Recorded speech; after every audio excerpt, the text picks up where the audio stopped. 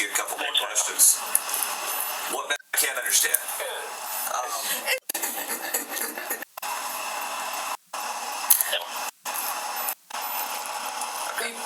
Upstairs. The little one. I could be The wrong way. The police pulled me over. I got put in jail. I'm gonna start it at 30:02. And they put me on this. I had to sleep on cement all night. So I didn't lose my license. All because of this affair. I hate. We put a little few stickers on you, okay?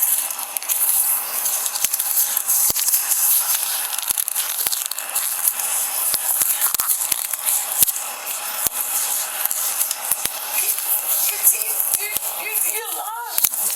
You're taking him to the hospital right now, okay? What is that? He's dead, isn't he? They don't transport if they don't have anything, so when he left, he was alive. He was? Yes. Oh my God.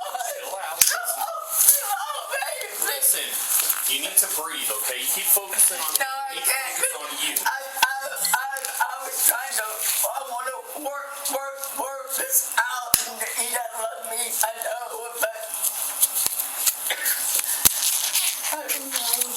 Right now, let's focus on you, okay? I don't know, he's oh my God. I love him. You don't understand. I love him. We bought this house together. I'm gonna put this back on you, okay? Alright, can you sit still as possible for me so I can get accurate readings on you, okay? We gotta make sure you're okay, alright? That's my job. I gotta make sure you're okay. He's the one. He grabbed me by the neck and dragged me upstairs. Just a little one. Did you hear that, Miss Mericle? Yes, I did. He grabbed me by the neck and dragged me upstairs. Yes, correct. And that was a lie, correct? Well, I was hysterical at the time, so yes, So yes. yes. So just decided to make that up, that Mr. Barron grabbed you by the neck and dragged you up the stairs, even though that in fact did not happen? I was hysterical. I don't even remember what I said. Then later on, approximately a couple minutes later, do you remember telling the paramedic that he held you by your throat and tried to pull you up the stairs? Do you remember telling him that a couple minutes later? Yes. Mm-hmm. So again, doubling down on Mr. Barron grabbing you by your throat and dragging you up the stairs, which is in fact false, correct? Yes. And then you, let's see, you also tell the paramedic 2 different times that Mr. Barron had been drinking too much alcohol that night. Do you remember talking to the paramedic about that? I don't remember exactly, but Do you remember stating I told him he was drinking too much and he got so mad at me? no, I don't remember saying that. Okay. Would it refresh your recollection if I played a clip of the body cam? Okay. I'm going to go ahead.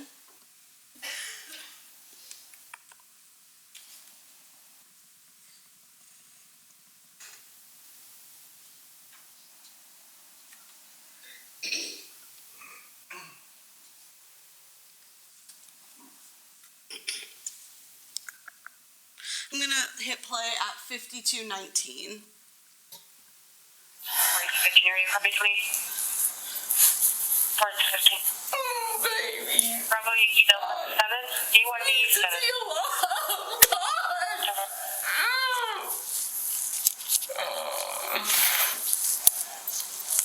I told him he was drinking too much and he got so mad at me. Did you hear that, Miss Mericle? Yes, I did. So was that you saying that I told him he was drinking too much and he got so mad at me? Yes, I did say that. Mr. Barron had in fact not been drinking alcohol that night, correct? Correct. So that was also a lie. Well, he was drinking it during the day, but not at night. So when you told the or I guess this is to the officers, when you told the deputies that one of the reasons that Mr. Barron got angry at you that night was because you told him he was drinking too much alcohol, that was in fact a lie. No, I may have told him that because I thought he was, but he wasn't. You thought he was drinking, but he wasn't? No, he was drinking earlier in the daytime. So he was mad at you earlier in the day as well then, it sounds like. Yes. So I thought that, isn't it correct that you had stated that the day was actually perfectly fine, correct? Part of the day was, yes. You guys went and got your provisional license, correct? Right, Went to Olive Garden for lunch, correct? right. You were watching a movie earlier in the night, correct? Well, I was watching the movie. He was sleeping. He was sleeping. So at some point, apparently, he was drinking too much and got mad at you for calling him out for it, sounds like? During the afternoon. Okay.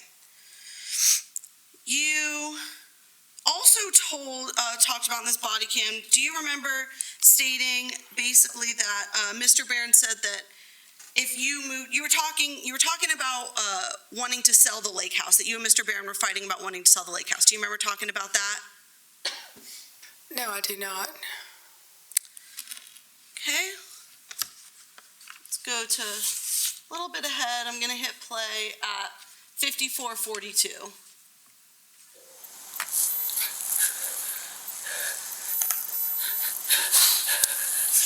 That I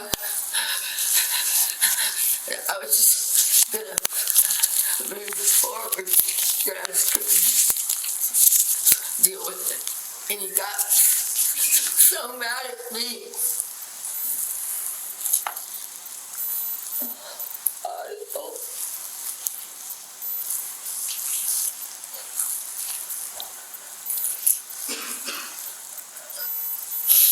I'm just told him if he wanted to be with her, he could. I told him I wasn't mad at him. I'm just tired. I didn't want to deal with it anymore.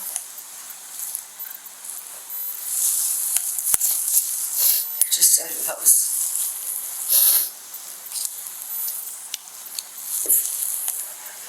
I started dating,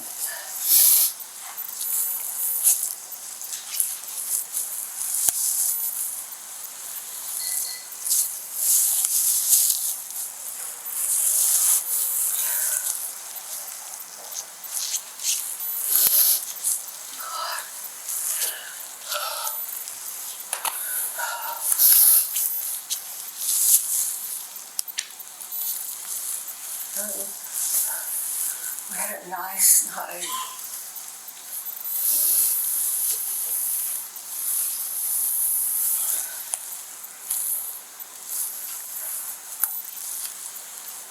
He got mad.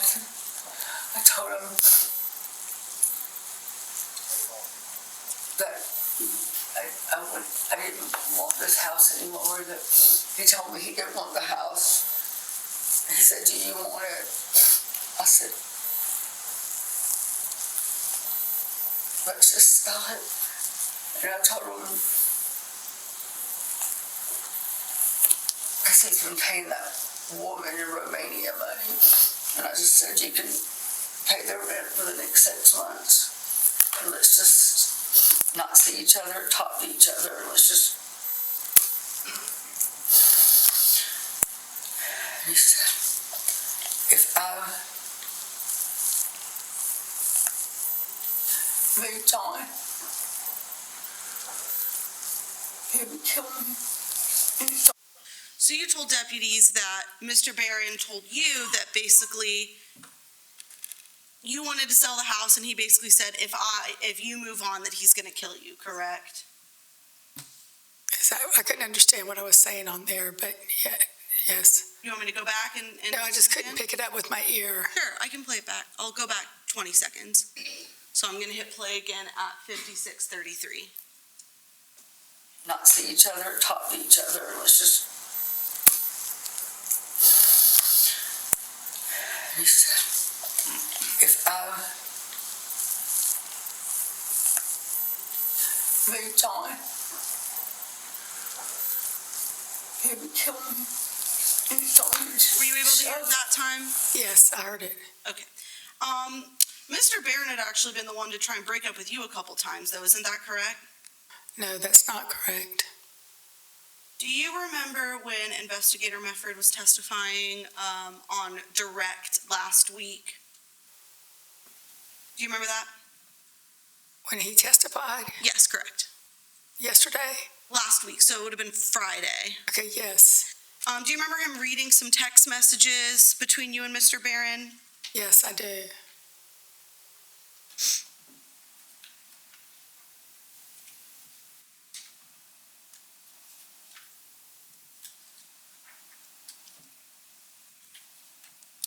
I'm gonna show you, oh goodness, I guess I need to figure out what exhibit number this is. Let's see if I can figure this out. This is text from January 13th.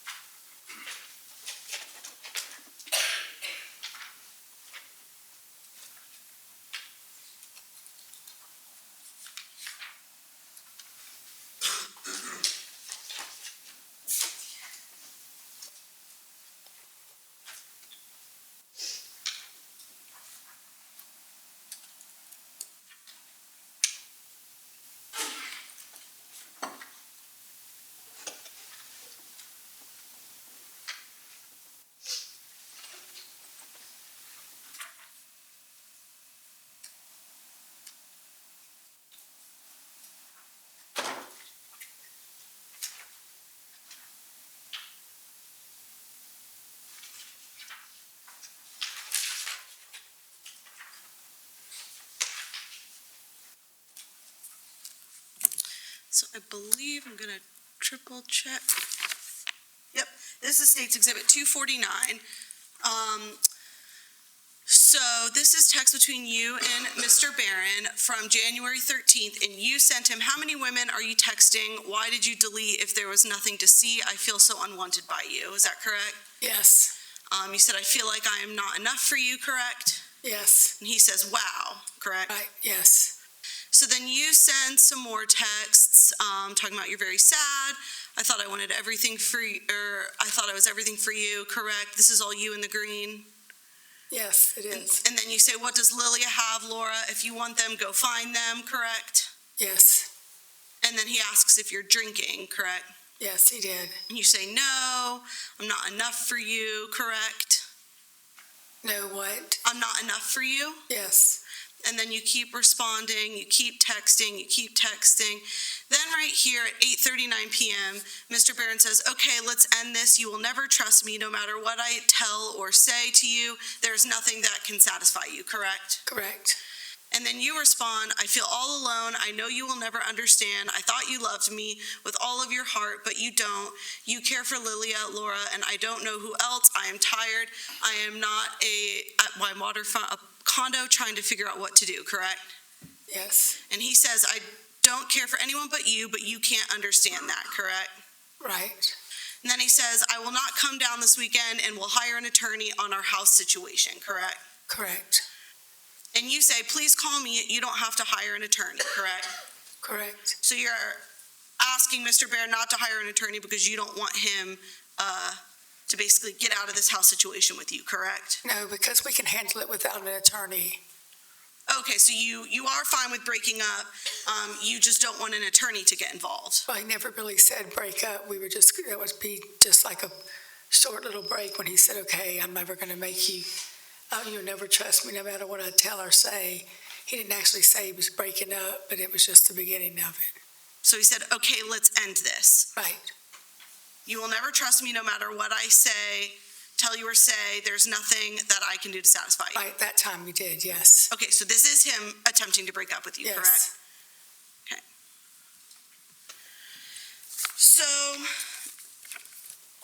I want to talk about, well, I guess first, also in Deputy Thomas's body cam, you talk about the DUI, correct? The DUI arrest. yes, And you told the deputy that You decided to drive home because you leave around 3 or 4 o'clock in the morning anyway, pretty much, correct? Correct. And then at some point, you kind of switch that a little bit and you tell the deputy, well, he made me leave, correct? Correct. And then later on in your interview with Investigator Mefford, you also talk about your DUI arrest, correct? Correct. And you give him this like long, elaborate story about how you guys got into a fight that night, correct? Correct. And that Mr. Barron went up into the room and locked the door to go to sleep, correct? I don't remember exactly, but Sure. Would you like to listen to a clip of your interview? Would you like to listen? I remember what he said, but I just don't remember that vividly right now. That's what I mean. Okay. I remember I said it to him. Let's see. Here's your interview. I'm going to go to about 38 minutes. I leave between 3 and 4 anyway. So I got up, got dressed. I was lucky. I'm going to go back about 20 seconds and I'm going to hit play at 38:31.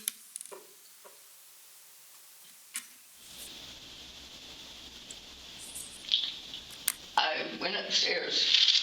He said I laid there for about 3 hours. I couldn't go to sleep, so I thought I was going to go on to St. Simon's because I usually get up I leave between 3 and 4 anyway. So I got up, got dressed, got all my stuff and put it in my car. And then I went upstairs and knocked. He had the door locked.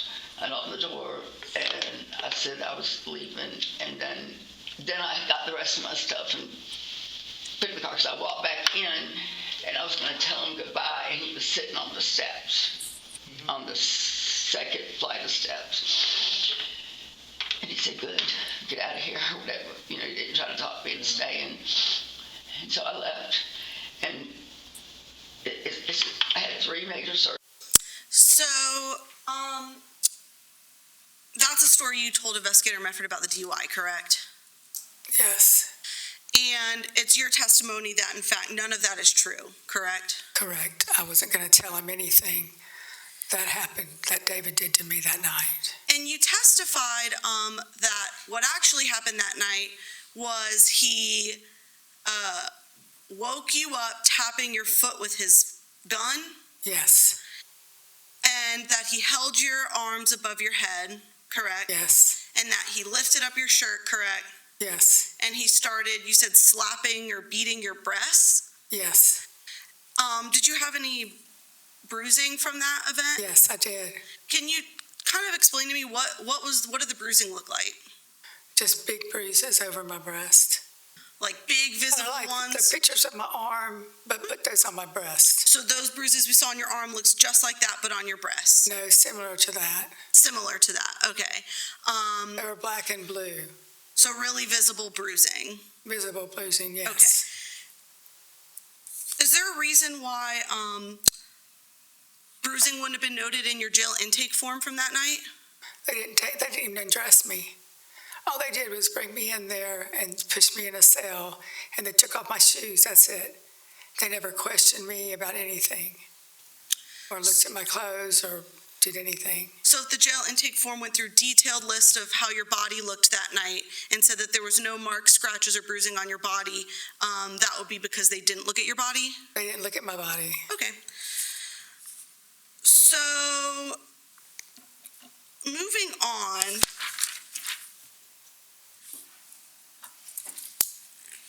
you repeatedly told Investigator Mefford that you did not shoot Mr. Barron's gun, correct? Correct. But then your testimony was that you did shoot Mr. Barron's gun. Correct. I want to ask you about what you told Investigator Mefford about this whole kitchen interaction when these live shell casings came out. Do you remember talking about that with Investigator Mefford? Did you say kitchen?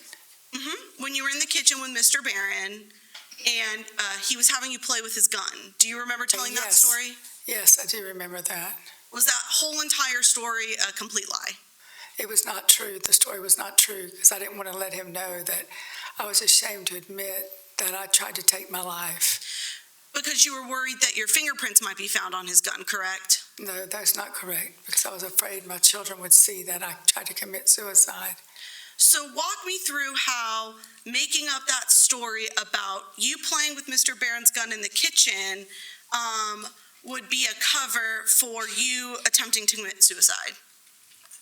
What do you mean? Say that again? So the story that you made up to Investigator Mefford about you playing with Mr. Barron's gun in the kitchen was a lie, correct? Yes. Help me understand how that story was the story that you came up with to cover up your suicide attempt. It's a story I came up with to cover up my suicide attempt. Is that what that story was, I the think purpose? my hand got jammed in the gun, Correct. and that was the reason I said that. So all I'm asking is for you to help me understand where you got this story about playing with Mr. Barron's gun in the kitchen from. I just made that up Why? because I got the gun jammed in my finger right here, and I didn't want to have to explain that I tried to commit suicide, and that's how it got jammed. So the story you gave Investigator Mefford, actually, I'm just going to play it. I'm going to go to 44.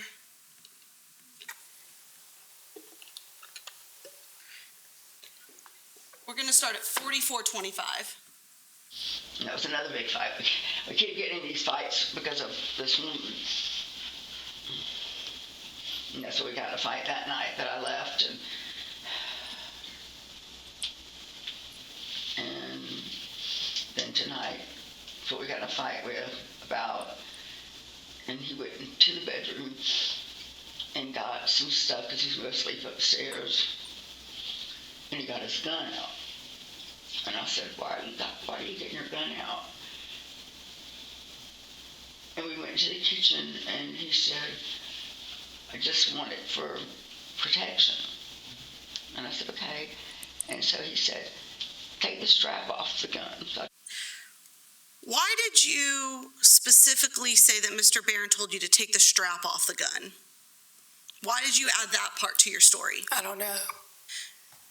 It wasn't possibly because you were worried that your fingerprints might be on the strap or the button of the gun holster? I said, I don't know why. Just decided it would be important to throw in there that you unhooked the holster from the gun. Well, I unhooked it when I tried to commit suicide. Okay, we'll talk about that then. You unhooked the gun from the holster when you tried to commit suicide. That's what you're saying? Right.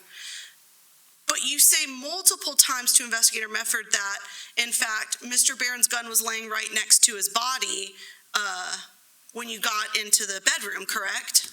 I don't know where his gun was laying. Was it in the holster or was it not in the holster? It was on the bed, I believe. His gun. Yes, in the holster. So now your testimony is that his gun was in the holster on the bed.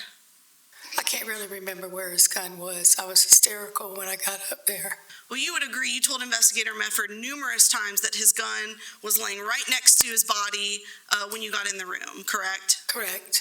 And that you remember even pushing the gun to the side when you got into the room to check on Mr. Barron, correct? Okay, correct. But now your testimony is that his gun was actually in the holster on the bed when you got into the bedroom? I really can't honestly remember where the gun was. I was hysterical when I got in there. I know it was either on the bed or on the floor. Okay, so now we have no idea where the gun was when you got into the room. I can't remember. Okay. But so now going back to my original question of your statement was that you talked about taking the strap off of the gun because you had to take the strap off of the gun when you tried to commit suicide, correct? Correct. So that's why you threw that in there about the kitchen story? I guess. I really don't remember. So is it potentially because you were worried about your fingerprints being on the snap of the holster? No, not really. That's not why I said that. So why did you say that then? I don't know why. Okay. I'm going to hit play again. I paused it at 45:11. I'm going to hit play. He said, this is what you need to get on your gun because I don't have a strap around my gun. And then he said, is this gun to you? He said, put it in your hands and hold it because, I got to take lessons. And he told me if that gun fits my hand. And And then he took the gun in his hand, he took his briefcase and took it on his shoulder.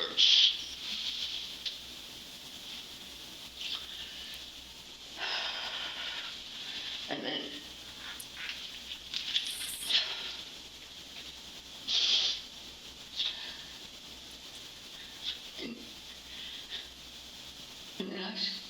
I asked him to come, don't go upstairs, just talk about it and try to not be mad at each other and just talk about it normal. So,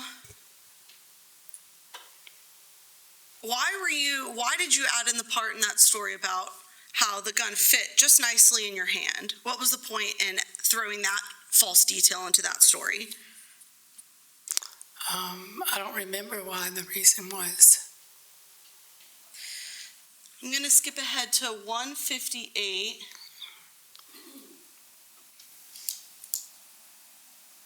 Am I at 150? Oh, I'm way off. Okay.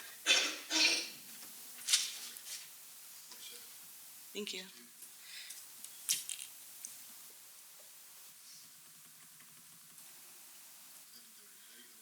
I'm going to hit play at 158:01.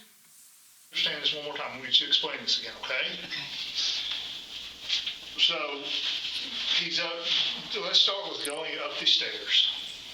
Okay, start there. So we're downstairs on the kitchen, by the kitchen. Okay, he has his gun. That's when he takes it out of the casing, asks me if my hand, if my hand can go around his gun. He told me to take his cover off the gun, take it upstairs, see if you know. So I did that. There was no gun, nothing got fired or anything. Okay, I pulled that thing back. He told me to pull it back. Yes. Okay, that's when 2 or 3 of them fell out on the floor. Just stop pulling back. So again, you specifically mentioned that you took the gun out of the holster, correct? You're correct. And that he told you to hold the gun, and then you explicitly talk about pulling the slide back to the gun, correct? Yes. Okay. And just to be clear, you could hear him talking to you through the door that night, correct? I heard him say yes to me. So it wasn't that you could not hear him on the other side of the door, correct? I heard him say yes. You also heard him make a noise when he was shot, correct? Yes. And why were you so, in this story, you're very specific with Investigator Mefford that you flushed those shell casings down the downstairs toilet in the master bedroom, correct? Correct. And you're very adamant about, I did not flush them upstairs, I only flushed them downstairs, correct? Yes, I couldn't remember where I flushed them. I was hysterical at the time. Okay, so that was just a mistake that you were being very adamant about where you flushed those bullets. Yes. Why? This story was basically because you didn't want to admit that you had tried to commit suicide, according to you, correct? Correct. So, how did you know to make up that you flushed the shell casings? Why throw that in there? Because I didn't want them to know that the shellings were there, because I cleaned them up after I jammed the cuff on. After I jammed the gun, then the bullets fell out, and I wanted to hide the bullets from not being able to tell. That's why I had the gun in my hand. And Investigator Mefford continuously asks you about those shell casings, correct? Correct. And repeatedly you tell him that you have never touched the shell casings, correct? Correct. Which is also a lie. Correct. Yes, I just said that I didn't touch them because I didn't want to tell anything. I didn't want to say anything to him about what had happened. But you did say that you flushed live rounds down the toilet in the master bedroom, correct? Correct.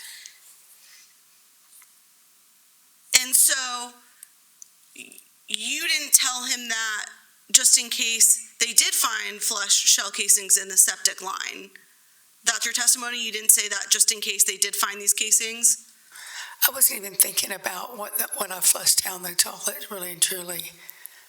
I was just trying to flush them down to clean up after I tried to commit suicide, so no one would know that I had his gun trying to commit it. That's what I was trying to do. It seems like every fight that you and Mr. Barron got in essentially revolved around Lilia, correct? Say that again? Every fight that you and Mr. Barron got in revolved around Lilia? Not every fight, no. Is that what you repeatedly tell people, that the only thing you fight about is Lilia? Tell who? Everyone that you've told about Lilia. No, I don't tell them that. How many people do you think that you've told about Lilia? About Lilia, Could you name them off for me, all the One. people that you've told? my sister, Dana Gardner, Okay, my sister, Leslie Fenoy, okay, my girlfriend, Jenny Hall, okay. Beth Barron, Evan Barron, and I think that's all. How about Jessica? Jessica. Maybe Jessica. I don't remember telling Jessica about it. How about Judy and Mike? Your friends Judy and Mike. Oh, David told them about it. So you've talked to Judy and Mike about it? David did. David told them. Yes, they confronted David. I talked to him first, and they confronted David when he came over. So you talked to Judy and Mike first. They were with me the night I called Evan. So you told Judy and Mike first then? They heard me. They overheard my conversation. Okay, so you told Judy and Mike first then? Yeah, they overheard the conversation while I was talking to Evan. Okay, And then when David came over later on, they confronted David about it. because they found out from you, They correct? found out because they overheard the conversation when I was talking to Evan. You also told your son McLean, correct? I'm not sure I told him exactly about Lilia or not. I just told him he was going to have to move out because we were having problems. In the times that you and Mr. Barron got in fights about Lilia, David would basically separate himself from you, correct? No, not correct. Not always. Okay, well, let's talk about it. So December 28th is the first night you found out about Lilia, correct? I found out that she was texting him, yes. And that night he left and went to a hotel, correct? Exactly, yes. And you disagree with Evan's testimony that you pointed the gun at Mr. Barron that night, correct? Correct. But Evan's testimony was that you called him frantic, saying that you pointed the gun at Mr. Barron, correct? I did not have a gun with me that night. I flew to Atlanta that weekend, and you can't take a firearm with you. Okay, and Mr. Barron was yelling because he wanted to get his keys so that he could leave, correct? The keys were on the bathroom counter. And you had locked yourself in the bathroom. I locked myself in the bathroom in the commode. There's a separate part of commode area, and that's why I locked myself. But the keys were right out there. He was right there beside him. I kept telling him the keys were right there, and he wouldn't listen. So he's yelling for his keys because he wants to leave to go to a hotel, but his keys are sitting right there? His keys are right there on the vanity, yes. And then January 4th, you get into another fight about Lilia, correct? Yes. And David, again, leaves and goes to a hotel, correct? Well, no, that's the night. He didn't know I found out about her that night. That's the night he threw my purse out the window of my car, and then I had his stuff, and he didn't come pick it up. I left his stuff at Seagate Inn for him to pick up, and he didn't pick it up. So I took it with me in my car, and then I found out that I read through his briefcase. I was looking through a satchel bag, and I saw where he was sending family. It said family support on the letters to the money for Lilia. But he didn't know I found out that night. So that's the night, January 4th is the night where you went through his briefcase, correct? I went through his, the satchel bag. Yes, I Satchel got it out. But he was already at a hotel. And Got in a fight earlier. so he was already at the hotel. Right, because I told him he couldn't stay with me that night. So he left and went to a hotel. That was my original question. I told him he couldn't stay with me, so that he had no choice but to leave. Okay, so he left that time too. Then on February 1st, this is the St. Simon's incident. Yes. He was also trying to leave the condo in St. Simon's, correct? I asked him again to leave because he slapped me. So all these are because you are asking him to leave, apparently. Well, he didn't have a place to stay, so he had to go find a hotel.